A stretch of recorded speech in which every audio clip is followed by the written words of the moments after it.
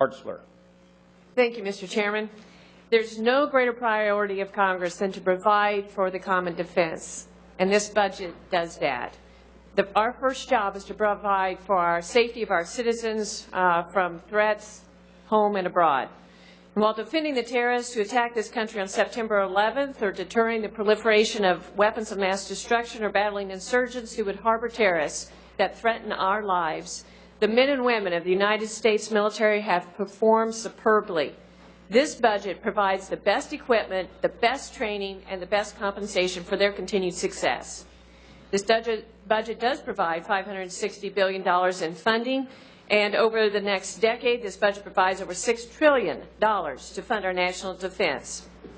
The budget will reflect the fact that our national security is our top priority, and it does it by replacing the onerous cuts from sequestration.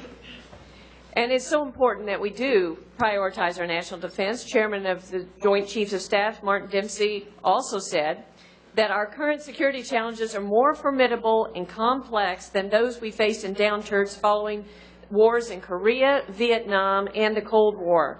There is no foreseeable peace dividend on our horizon. The threats of our country have changed since the Cold War, but they have not disappeared.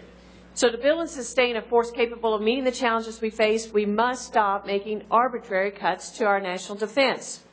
This year, when the sequester took place, it cut $43 billion from fiscal year 2013, and it will cut $500 billion over the next 10 years, if not stopped. Although defense only makes up 20% of the budget, it is receiving 50% of the cuts. Our budget replaces these sequester cuts for our national defense and gets our priorities right as a nation. While doing it, it also funds the support and the commitment we have made to our veterans for their selfless military services. Promises made should be promises kept, and our budget does that.